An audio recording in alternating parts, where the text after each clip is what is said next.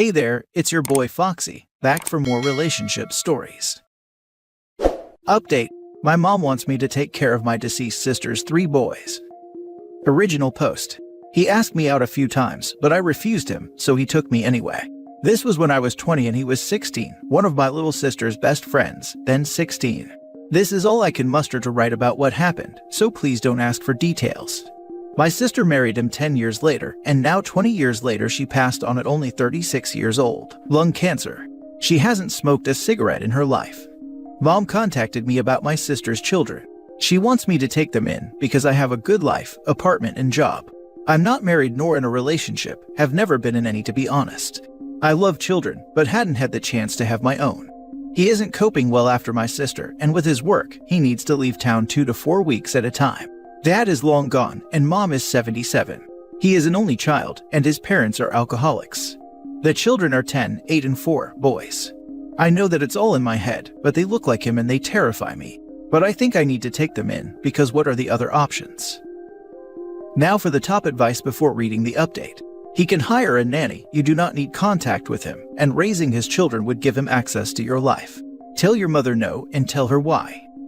I offered to pay for a live-in nanny, a male nanny hopefully, but it wasn't enough since they need family. No, absolutely not. These are unique circumstances. He needs to change his job as soon as possible, and until then, a hired help is all he gets. It's extremely selfless of you to offer financial help towards a nanny because none of this is your responsibility. Their suffering does not trump yours. Their father can find another job, just like so many other single parents. Also, how well do you know the kids? Honestly, no matter what, they need their actual other parent more than they need other family. They lost their mom and now need their dad. I don't know them at all. I left home when I was 22 and never saw any of them again. I reconnected with mom after dad passed away and she got sick. My mom thinks this is a good way to reconnect with my sister through her children, because we were inseparable before everything. This is neither a good way for you nor the children. For you, it's traumatic, and the kids would be confronted with a complete stranger. They need comfort from people who they know around them.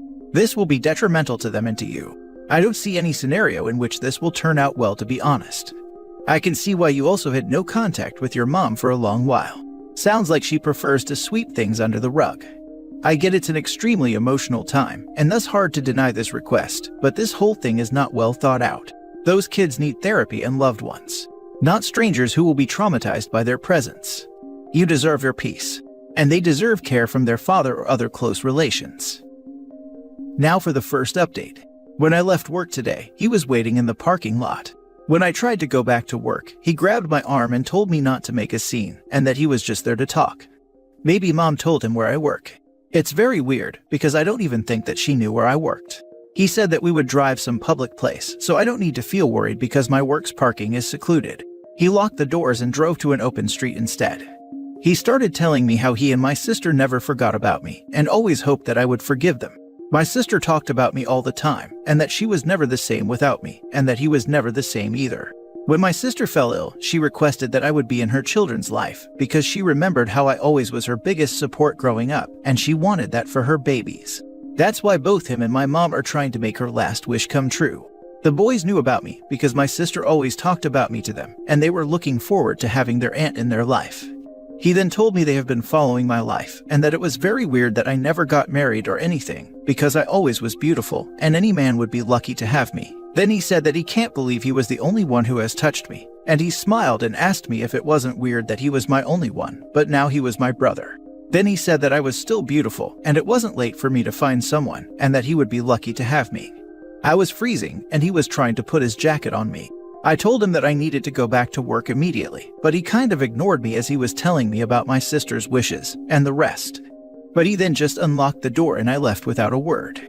He came after me and asked me if he could at least take me back to my car, but I didn't answer him. I went to the police, but there was nothing they could do. I called my mother and told her to leave the apartment and that I never want to talk to her again.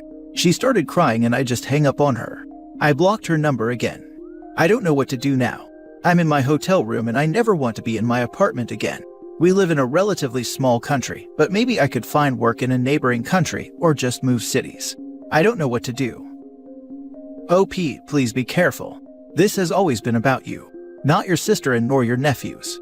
He doesn't care about his children. All his monologue about your sister's death wish is just to lead him to what he really came to see you for. The part about not having had any relationships. Your stupid mother is so thick to see it. Your sister has been a surrogate for you all these years, and now he is using the children to tie you to him.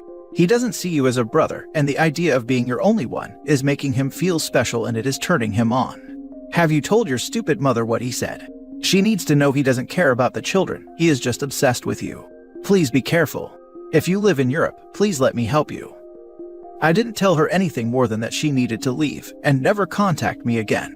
I told her I've spoken to the cops and that she needs to leave me alone. Next time, hopefully there's no next one, make a scene OP. Be loud. Make it evident for them both that you don't want them near. I'm sorry you're not being allowed to beat you. I don't know where you are, but this is out of the book stalking. If the police won't help, then say you will file charges for stalking or anything you can prove. Lawyer up so you can press charges in a more informed way. Can you send a cease and desist? That might leave a paper trail in case things get worse.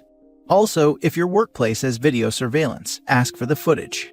You're saying he actually kidnapped you again and harassed you with these affirmations, and at least as forcibly taking you along might be recorded. All he said is veiled harassment OP. This guy will strike again, so please get help. Be safe, please. I know you don't like having people around, but please confide in a close friend or someone who can keep tabs on you. This guy won't stop until he gets what he wants. Can you take a leave of absence at work and try disappearing for a while? Shelter or going abroad for a while, I don't know. If I were you, I would also consider moving countries, and if possible, thousands of kilometers away. I have been pre-print for this my whole life, and I have played this scenario in my head so many times, and was preparing how to fight back. But when it happened, I wasn't prepared and I froze. I am so ashamed of myself, to be honest. Second update. Thank you everyone, I'm fine and I am living with a friend now, the only one who knows my history. It is very weird to be living with someone, but she insisted on me not having to pay for hotels. I'm grateful for her. My mother has been calling from different numbers, and even had some of our relatives that I don't even know contacted me. I told her everything about what he did and said, but I think she is prioritizing the children. I understand, but I can't ever be a part of my life anymore. A cousin of mine reached out via text and asked me if I couldn't give him a chance. He has changed. He has been a great husband and father, and he seems to care about me. He will treat me like he did my sister, with love. And the children could have family raising them instead of a total stranger when he starts dating. I'm going to try and find a job abroad. I think it is time. Now for the last update. Hello, I want to thank you for the support, even though I was a bit rude to some of you guys. I have decided that I can't take my nephews to raise them while he is not in the country. I have lived in solitude for almost 20 years now, and while I do love children, I don't think I know how to raise them. I don't know what to teach them, what to say to them, and most importantly, I don't know how to live with people. So, I called my mother last night and told her that I am more than willing to pay for a live-in nanny. I do make good money, and I don't have any loans or mortgages. She was very disappointed. She told me it was more about my sister, that we looked so much alike, and that she was sure that I would be a great solace for the children who miss my sister so much. I just cried all night. This morning I called my mom again on my way to work, but she didn't answer me. When I got home, she was waiting for me with the children. They live 2 hours away from me. I let them in, but I didn't know what else to do. I just stood at the door. The boys were very quiet and they avoided looking at me. The smallest had his arms around my mom's neck the whole time. I have never had anybody in my place. I don't even remember what I told her, but I excused myself and I'm at a hotel room now. She called me an hour ago to tell me to come home because we needed to talk like adults. That I couldn't just run away like this. That the children are now our responsibility and we needed to fix this. I don't know why, but I felt his presence, so I asked her if he was there. She didn't answer me and just told me that I needed help because I can't be like this forever and that she wanted to help me. She was sure that with time, the children will help me too. She is gonna be gone soon because she is an old woman, and they could be my support because nobody can live alone forever. They could be my support as much as I'm theirs. I asked her again if he was there, and she finally said yes, and that he wanted to talk to me. She then said that children are more important than us adults. I have blocked her now because I don't know what to do. I never want to go to my place again. I think I need to change city or something. Change your locks. Let her know if she leaves the children with you, you will call the police and report them as being abandoned. Call the cops on them if they're still there to get them removed for trespassing. Let them know you don't feel safe, or ask for a police escort to get any important documents and leave. I'm a mother and can't imagine trying to ever pull half of this nonsense on my daughter that your mother is putting on you. It is not your responsibility to look after your offenders' children. Like with the ever-living hell, you need to continue put your health and well-being above the people who are putting you last. Again, her mom is extremely manipulative. Listen to all of this advice. They are invading your home. Well, that is rough. I doubt your mother is going to listen to you at all. She sounds like a lost cause. Please stay away from them. Get the police involved to get them all out of your home as soon as possible. Change the locks and do what you need to do to stay safe. Moving sounds like a good idea at this point. Both the criminal and the mother are manipulating you and trying to guilt trip you. Please do not let them get away with it. Yes, moving sounds like what I need to do. I'm not sure I can be at my place anymore, even if I change my locks. I have very irrational thoughts, I know, but I'm just scared to be honest. She let the man into your safe space. I completely understand where you're coming from. She went back on her word, and I am disgusted by it. She said he is leaving, he works on ships, on Sunday, and wanted to talk to me before he left the children, because he wanted to feel safe leaving them for the first time without my sister. I didn't see anybody when I let my mom and the children there. Was he just lurking, or did he decide to go when I left for the hotel? I can't imagine my mom just allowing him to lurk near my home. Would she? Maybe because I left for the hotel, they took a desperate measure. Last story. Everybody believes me, female 28, stupid for breaking up with my boyfriend, male 27, for nothing. But for me it is something. I need advice about the thing with men having female friends. I don't know. I could understand if it is a childhood friend, an old ex where love and attraction is long gone on both sides, and only friendship is left, etc. But my boyfriend of 3 years, been living together for a month, suddenly became friends with a girl from work, female 25. I don't like it. It started with him telling me how happy he was that there's finally someone new at work that he clicked with. He told me who she is and that they had a lot in common, etc. I didn't mind it at first. I was happy he was having a good time at work. But I started minding when I met her. She was hostile. She called me the lucky one and asked me if I felt threatened by younger women since I'm older. Which I don't get, because I'm literally just 2 to 3 older than her and just 6 months older than my boyfriend. But he left. I told him that I didn't like her and that I didn't want him to be closer to her. He has a lot of friends and he doesn't need her. He called me jealous and ridiculous. I said fine. I kept an eye and they started texting more and more frequently. We celebrated our anniversary last weekend and she knew it. She was texting the whole evening and he answered some of her texts.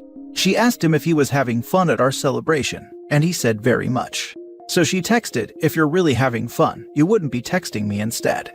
I told him that was enough and that he should put his phone aside. I asked him if he thought what she wrote was okay.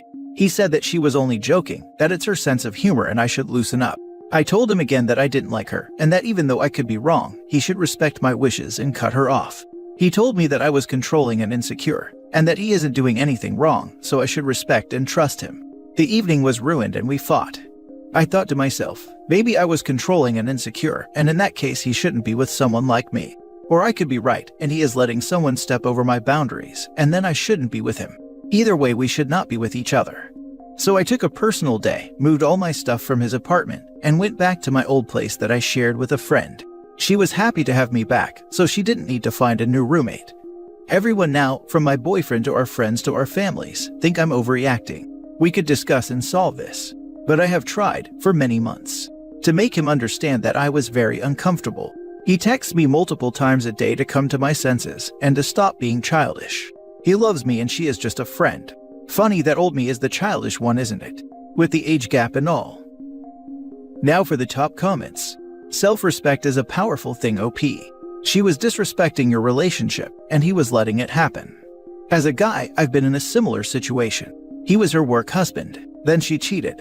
Won't let that happen again. Work husband or wives are just weird. It ultimately makes them look like they have something special going on. Can't they just say work partners?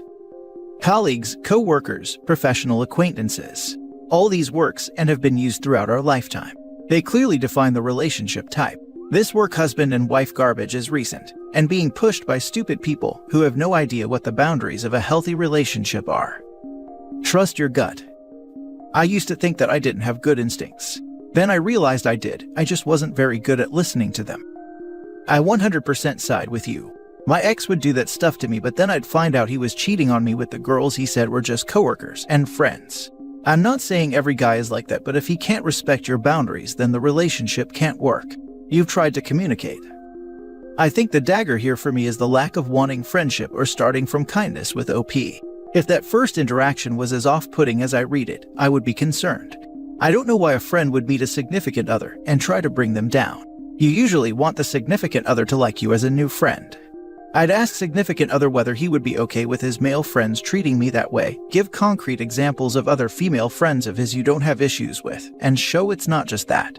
Point out if a male were texting you during a date, or speaking about how lucky he was, significant other would not be so comfortable with it.